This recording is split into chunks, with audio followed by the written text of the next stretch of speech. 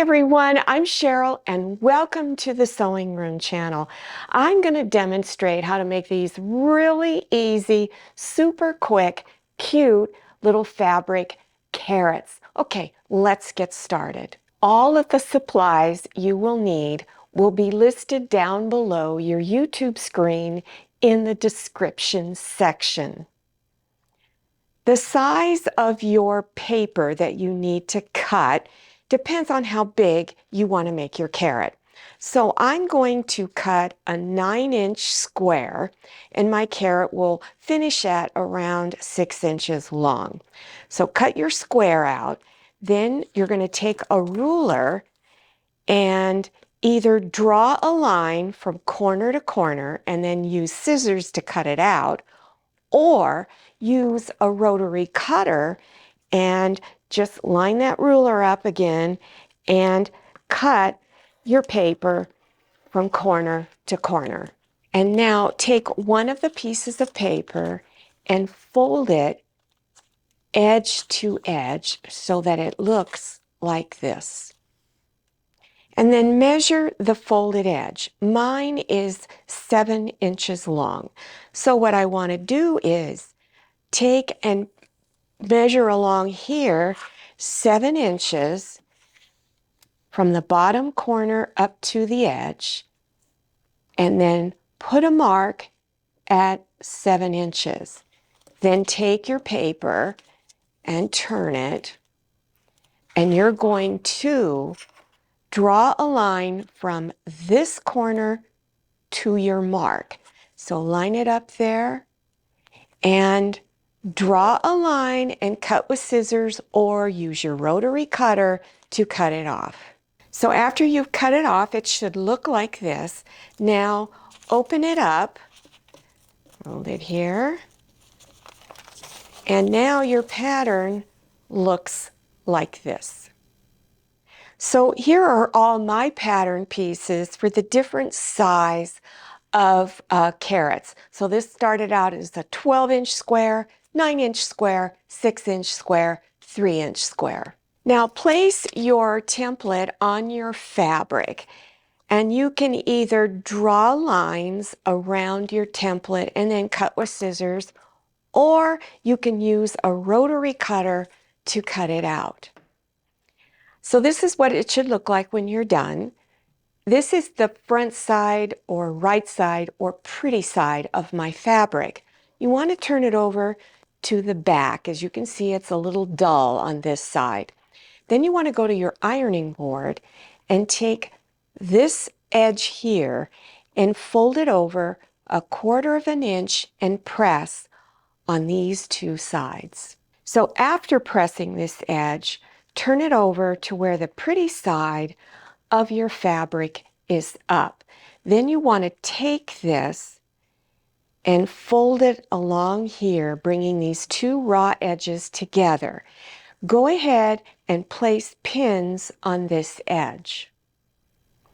Now before you stitch, you want to go up here to this folded edge at the corner and unfold it temporarily before you stitch a 1/4 inch wide seam all the way down to the bottom. Now before we turn it front side out, you want to go down to the pointed corner down here, and so that it will come out nice when you turn it front side out, you want to trim just a little bit of that fabric off at down here to relieve the bulk in the corner. Now open the top up and reach inside and begin turning it front side out. Now you want to take something like this, a chopstick or something else, don't use scissors, and you want to go inside, go down to this corner and begin poking it out. Now it's time to take your polyfill stuffing and you're going to insert it in. Always break up your polyfill so that it's not sticking together so much. And then you first want to start with just a small amount that you're going to push into this corner. So you want to take it and push it as far down as you can. Then take your stick This stick comes with your polyfill bag, and you want to push it as best as you can down into that corner. Once you have it in there to your satisfaction, then take a little bit bigger clump of polyfill and begin stuffing it in. And as you come up, just take a bigger and bigger piece until it is full. Now you want to take a needle and thread, and you want to double the thread and then tie a knot at the end. And then you're going to take your needle and go into this top edge here. And you're just going to do a large basting stitch all around the top edge. Now your next step is to take your thread after you've gone all the way around and pull it to gather it up. But right now I've got a little too much polyfill up here, so I'm going to temporarily remove it so it'll make it easier for me to begin the gathering process. So you're just going to pull on it and keep gathering it till it gets a little bit closer together, and then you would go ahead and insert your polyfill back inside. Now you want to leave a little bit of an opening before you take your thread and knot it off, tie it off on here. So then now we're going to go and insert the little leaves and stems up here at the top. Now you have quite a few options for adding onto the very top of the carrot. You can go and buy a little foliage bunch, artificial bunch of leaves. I bought this at Walmart. It was in a great big bunch. You can see you can make quite a few carrots just out of this one piece.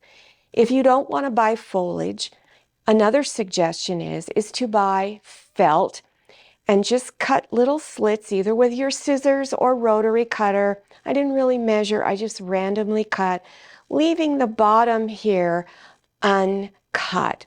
Then you would take it and then roll it up like this to insert at the top of the carrot. Now, if depending on the size of your carrot you're making, on my really little baby carrot, that's all I used was that. On some of the others, I used this, and you can even go bigger depending on the size of your carrot.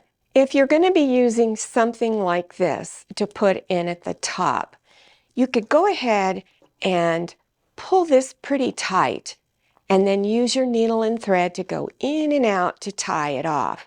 Now, if you're using this, you need a much larger opening, so you want to make sure you don't tie this off too tight. So your next step would be to use a glue gun. If you're going to use the felt, you want to go ahead and put a little dab of glue there and then close it and hold it for a few seconds for it to cool. Then to put it inside, put a big blob of glue in there and then push this in and hold it for a few seconds till it cools.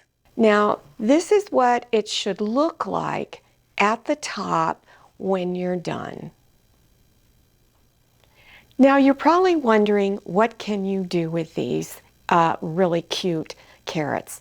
You can make larger ones and place them on a shelf. Maybe you've got an area in your home where you keep a lot of Easter decor. Also, another thing is put them on your dining table. And if you're making Easter gift baskets, some of the smaller ones would be a cute little decoration to add to it. You can make these little ones and glue it on the outside of your Easter basket.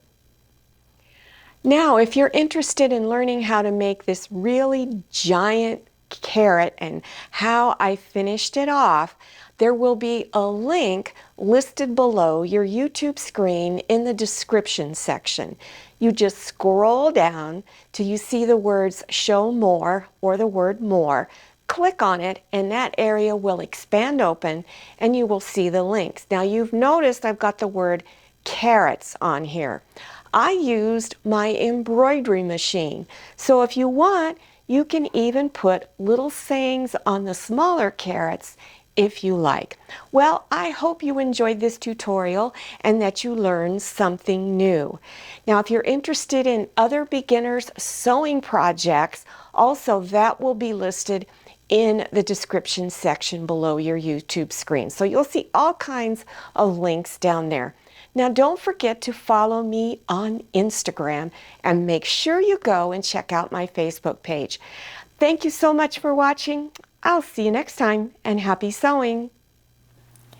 If you like the Sewing Room channel, one of the best ways to show your support is to subscribe by clicking on that red subscribe button and give this video a thumbs up. And don't forget to click on share to share this video with your friends. And make sure you click on the bell so you receive notifications for all my new videos.